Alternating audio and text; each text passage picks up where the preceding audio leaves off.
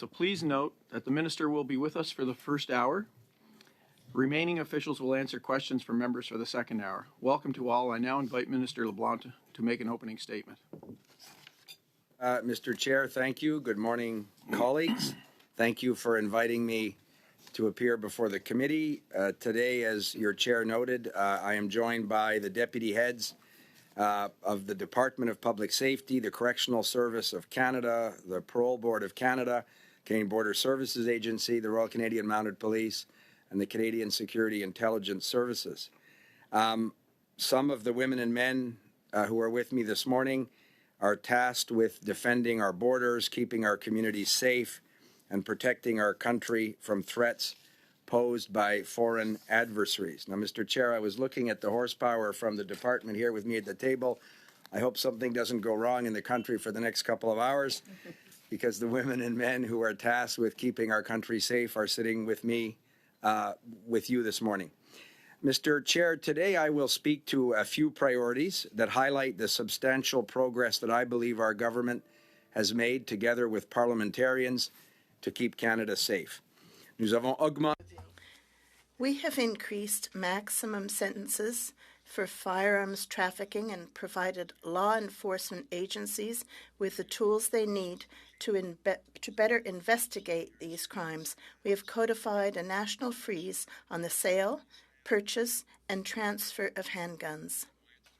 We have introduced new criminal provisions to target ghost weapons and 3D printing of weapons, making Canada a leader in cracking down on this criminal trend. Propose new measures to deal with the risks associated with firearms in situations of domestic violence and gender-based violence. Bail to make it more onerous for repeat violent offenders to be released. I think it's important to note that this was a moment where parliamentarians came together in collaboration with First Ministers across the country and Premiers. I had a number of conversations, for example, with Premier Ford of Ontario, and I think this was a good example of our Federation and our Parliament working well together.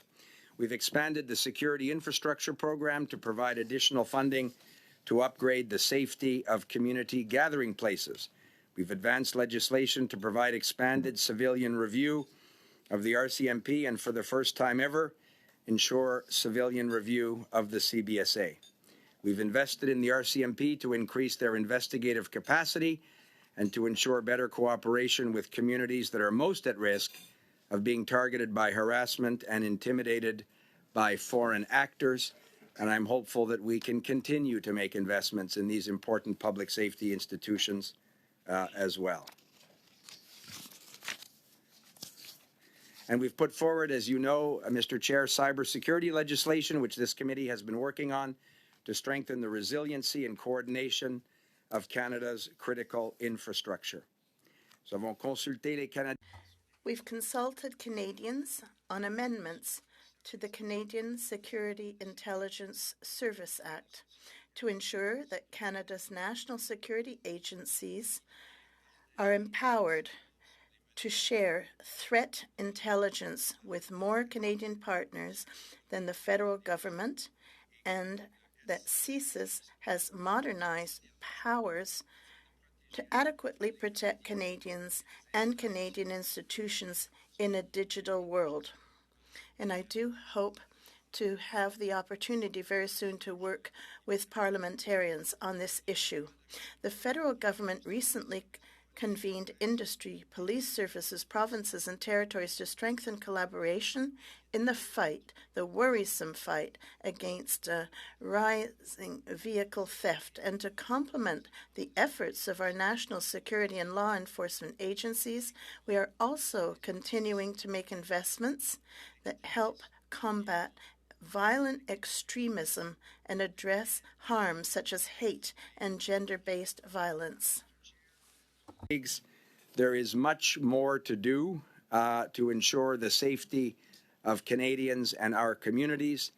This is a constant effort, and the women and men who joined me this morning, as I said in my opening comments, are at the front line of doing this important work with thousands of others of women and men who work with them every day. I look forward to continuing to work, I hope, in a collaborative way with this committee, and I look forward to your continued advice and engagement as you work with all of these people to keep our borders, our communities, and our institutions safe and secure. And with that, Mr. Chair, you can't imagine how excited I am to take your questions. Thank you, Minister, and we're going to move right into questioning. Mr. Shipley, you're up first, please, for 6 minutes. Thank you, Minister, and hopefully that excitement continues for the next hour. Thank you, Chair, and to all the witnesses and Minister for being here this morning. Minister, I'll start off with you, please. Canadians and victims of crimes are outraged that you and your government, without consultation with victims' families, has allowed the likes of Paul Bernardo, Luca Magnotta, Michael Rafferty, and Russell Williams, some of our worst offenders in Canadian history, to live out their days comfortably in medium security prison. Why are you and your government putting the rights of violent, heinous offenders ahead of the rights of victims? Mr. Chair, through you to Mr. Shipley, thank you for the question. Obviously, the concerns of victims and the rights of victims are at the center of every action our government would take in this most difficult space. My colleagues will know very well that the decision around the transfers of individual inmates, there are 13,500 approximately people serving time in federal penitentiaries. The transfer of these inmates is made by independent professional public servants on a series of criteria, the most important of which, of course, is community safety. The Correctional Service always works with identified victims in these circumstances, and I have faith that they will make the right decisions, including to keep, obviously, communities safe when these transfers happen. Minister, with all due respect, your government sets the policies and directives that allow for violent offenders to be downgraded from maximum security prisons. The Canadian corrections system is your responsibility, and you must take responsibility for this failure and answer to Canadians. Do you have anything to add to that? The transfer of inmates from, as I said, maximum, for example, to medium security institutions is something that's gone on for a long time. I think it's instructive to note, Mr. Chair, that the highest number of these transfers from maximum to medium security occurred in 2012, 2013, when 291 inmates were transferred.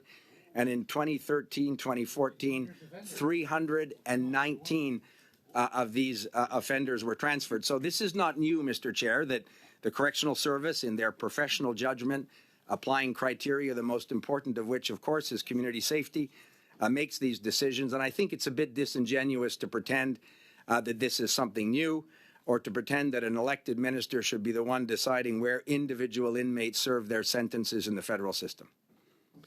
Thank you, Minister. I believe the past is the past, and we're here to make new legislations and move forward. People are concerned nowadays, and I don't understand the laughter. This is a very serious issue. Minister, members on your side are laughing over this issue. Canadians are upset. Minister, we know that the costly carbon tax is negatively impacting the budgets of police services, particularly due to the increased cost of heating and fueling policing facilities, detachments, and vehicle fleets. Millions of taxpayer dollars a year are being spent on the carbon tax instead of stopping crime. Will you send a clear message of support to our hardworking police officers across the country and spike the hike on April 1st? It may come as a surprise to you, Mr. Chair, but I support our government's carbon pricing regime. I think it invests, puts more money into the pockets of 8 out of 10 Canadians, as we know well. My colleague uses the line spike the hike. We'll hear it probably later today in question period. I would expect a number of times, so it's good to start the day with that phrase very early in the morning. But I think Canadians expect, including people who work for police services, you somehow made the bridge from budgets of police officers to climate change to carbon pricing. I would assume that the men and women who serve in national security and police organizations across the country are also concerned about climate change. In many cases, these people are on the front lines of some of the most dangerous events caused by climate change. So I have every confidence they understand that the government is pursuing an appropriate course of action. Thank you, Minister. I'll give my last bit of time to MP Motts. Thank you, Minister. The OPP Commissioner, the Deputy Chief of Peel Regional Police, the Deputy Chief of Toronto Police, and the Chief of Laval have come to this committee and told us that the lack of meaningful penalties for auto thefts and the revolving door of the quick release on bails have made the auto theft crisis even worse. So specifically, Deputy Chief Johnson of Toronto noted that almost 50% of all offenders that they apprehend for auto thefts are repeat offenders. Minister, will you acknowledge that your government's bail policies are directly contributing to the auto theft crisis in this country and implement stiffer penalties on repeat violent offenders? Mr. Chair, through you to Mr. Motz, thank you for that question. It's an important question. We certainly share, I think, the concern of all people at this committee and Canadians around the alarming increase in auto theft and the increasingly violent circumstances surrounding this crime. I have spoken to many of the senior police officials that my colleague outlined. My colleague, the Minister of Justice, who would be responsible for changes, for example, to the criminal code or to bail legislation, is in a better position than I am to speak to specific legislative measures. But I think the Prime Minister, the Minister of Justice have all acknowledged that the public is understandably concerned about some of these repeat offenders who are in the context of a violent crime, an increasingly violent crime. We acknowledge that, would be released after multiple convictions in this space. So we're obviously interested in looking at all appropriate measures and working with women and men that you identified who are on the front line of this important work. And I'll continue to be very involved in this issue to look for further investments. And perhaps, Mr. Chair, I know when I have to leave later this morning, my colleagues from the RCMP and the CBSA, I think, have some good news to share with the committee in terms of our increased efforts, recognizing that we can continue to do more and must continue to do more at all moments in this important issue. Thank you, Mr. Motz. Mr. Shefke, please, for 6 minutes. Thank you very much, Chair, and welcome to you, Minister. And on behalf of all my constituents in Vaudreuil-Soulanges, I want to thank this incredible lineup of people that come to work every day in service to our country to help keep us safe. Minister, something that's I've been preoccupied with, and I think it's a lot of Canadians share this preoccupation, is the attacks on our democracy, on our democratic institutions, particularly by Russia and China. And this week you introduced legislation updating the Canada's Election Act, and I understand that the bill falls under your portfolio, and you've done some diligent work on this. Can you tell us how the changes proposed in the Election Act will help further safeguard our democracy from threats of foreign interference? Mr. Chair, through you again to Mr. Shifke, thank you for the question. Is Rigaud in your constituency? It is indeed. Well, so I hope you mentioned your constituency, and I know the Canadian Border Services Agency, of course, has a very important facility. I'm hoping next Thursday, a week from now, to be at a graduation ceremony with the women and men at the Canadian Border Services Agency. So hopefully we'll have a chance to spend some time. If you haven't gone to Florida already Thursday before Easter, I'll be at work in your riding, Mr. Shifke. So it would be great if you could join me. You mentioned the Canada Elections Act, and yes, we worked collaboratively with our colleagues, particularly in the New Democratic Party. The Prime Minister, Mr. Singh, had made a commitment in this regard to make voting more accessible to Canadians. So things like campus voting, making mail-in ballots more accessible, adjusting the requirement around being officially a nominated candidate. That was a commitment that Mr. Singh and the Prime Minister made to Canadians. We've lived up to that commitment, we think, with the legislation introduced yesterday.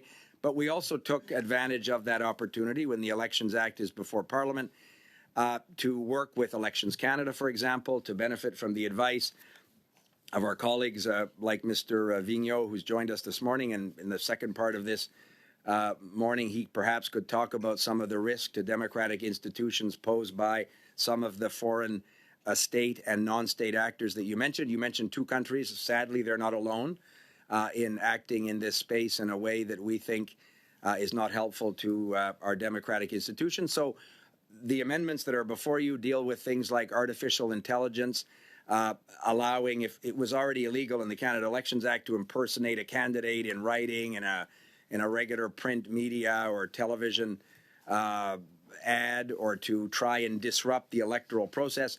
But technology has allowed many, particularly Russian intervention, but they're not alone, has allowed them to potentially threaten, for example, the ability to conduct an election or influence the outcome. So all of this was governed by the advice of our security agencies and Elections Canada. The